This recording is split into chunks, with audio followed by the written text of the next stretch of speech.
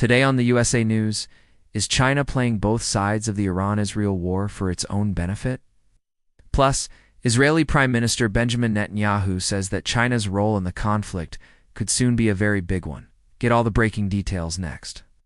We are coming to you today from our studios in downtown Orlando, Florida. We have some remarks by Israeli Prime Minister Benjamin Netanyahu, who said that China could soon play a significant role in this war. Today, reportedly, an Iranian weapons convoy was targeted in eastern Syria.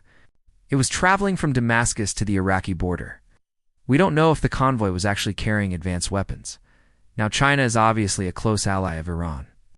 China and Iran have forged an even closer relationship over the past decade or so, especially since the Iranian Revolution of 2009.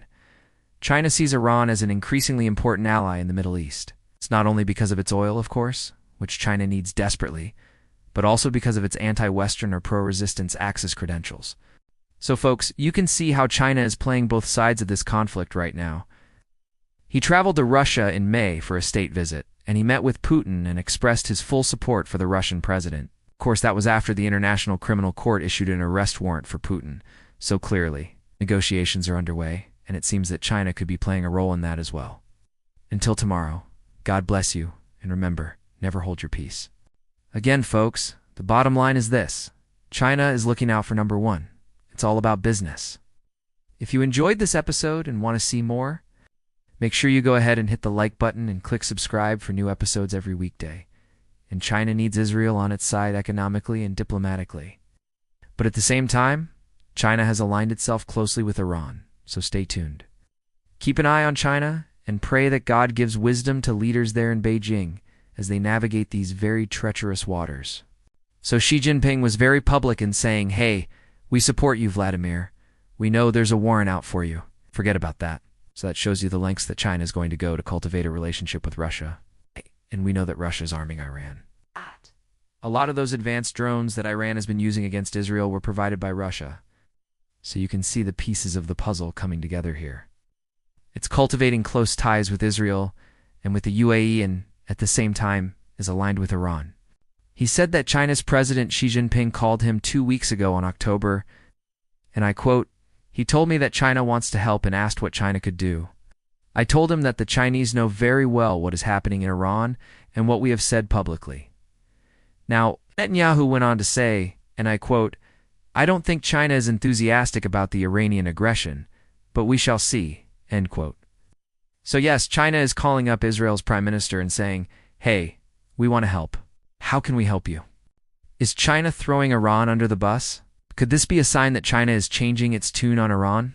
Remember, China supplies hundreds of billions of dollars worth of oil to Iran and has close economic ties with the Iranian regime?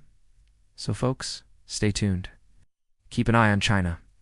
It appears as though China could play a bigger role in this conflict very soon. What's in it for China? Well, primarily, I believe it's all about business. China is desperate to shore up its economy right now. Its real estate market is imploding. It has a massive debt crisis. There are widespread protests across the nation right now. People are questioning the leadership of Xi Jinping like never before. So China needs good relations with everyone.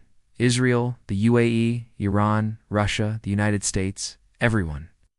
China needs to make sure that it maintains good relations with everyone to further its geopolitical and economic interests.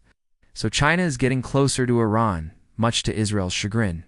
But certainly Iran is trying to transit advanced weapons through Syria into the hands of Hezbollah in Lebanon. That is something Israel will not allow. So look for those strikes to continue. Again, that could eventually lead to a larger ground engagement. Before I get into those remarks by Prime Minister Bibi, a quick update on where things stand right now. I just want to remind you to subscribe to the channel and click the notification bell so you get alerts every time a new video is posted. Give us a thumbs up. We'd love to see your support. While you're at it, if you have a comment, feel free to leave it below. We'd love to hear from you as well. If you have a prayer request or an item for our request, call our hotline. The number is provided below. We would love to be praying with you and for you. As you know, Israel has been carrying out airstrikes against Iran and Hezbollah inside Syria over the past few weeks, and really over the past few months. And so far, Iran and Hezbollah haven't really responded in any major way. In 2021, January of 2021, under the previous Israeli government, China and Israel normalized diplomatic relations. And since then, China has been Israel's second-largest trading partner, behind only Turkey. So Israel and China have established economic ties. China has made clear to Israel that it wants to expand those ties and become Israel's largest trading partner. Israel is not necessarily thrilled about that idea, but at the end of the day, money talks, and Israel is not going to turn away business. They fired a few missiles into Israel.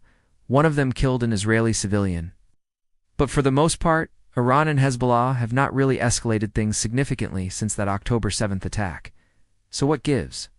Why hasn't Iran retaliated in a major way? Well, folks, they may be saving their powder, so to speak, for a land-based assault out of Syria into Israel proper. Now, Israel knows this. The Israeli Defense Forces put out a statement yesterday saying they are bracing for just such a scenario where Iran and Hezbollah will try to cross from Syria into Israel. It's in particular in the Golan Heights along that Syria-Israel border. So Israel is preparing for that eventuality, but it has not happened yet. It may happen sooner than later. When it does, folks, watch for Israel to respond in kind. I think you can safely say that Israel will not allow Iran to set foot on the Golan Heights and in Israel proper. So that may be the trigger for a larger ground war between Israel and Iran and Hezbollah. That remains to be seen. It is Wednesday, October 2025, and we hope you had a great Halloween yesterday. It was fun here in the Watchman News Studio. We dressed up the place, even though there's no trick-or-treating around these parts. But anyway, we got into the spirit of things. But now it's back to reality, and that means more Middle East madness. Hey folks, welcome to the Watchman USA News. And speaking of that, an interesting update on the Iran-Israel war today. In the meantime, Israel continues to strike Iran and Hezbollah inside Syria and inside Iraq as well. Okay now, before I get into those comments by Israeli Prime Minister Benjamin Netanyahu regarding China and its possible future involvement in this conflict. Okay, let's get into the main topic of today's Watchman newscast, and that is China. Now, China has also cultivated somewhat of a relationship with Israel over the past few years as well. So Israel has good relations, or at least it did up until last week, with the United Arab Emirates, another U.S. ally that is increasingly cozying up to China. That being said, China's President Xi Jinping has been very close to Vladimir Putin in recent months. Here's what Israeli Prime Minister Benjamin Netanyahu had to say on Monday. This is fascinating. Now, we saw earlier today that Hamas released 5 Israeli captives. Israel released 240 Palestinians from prison. Thanks for joining us here today on the Watchman USA News. Hey everyone, thanks for checking out the Watchman USA News.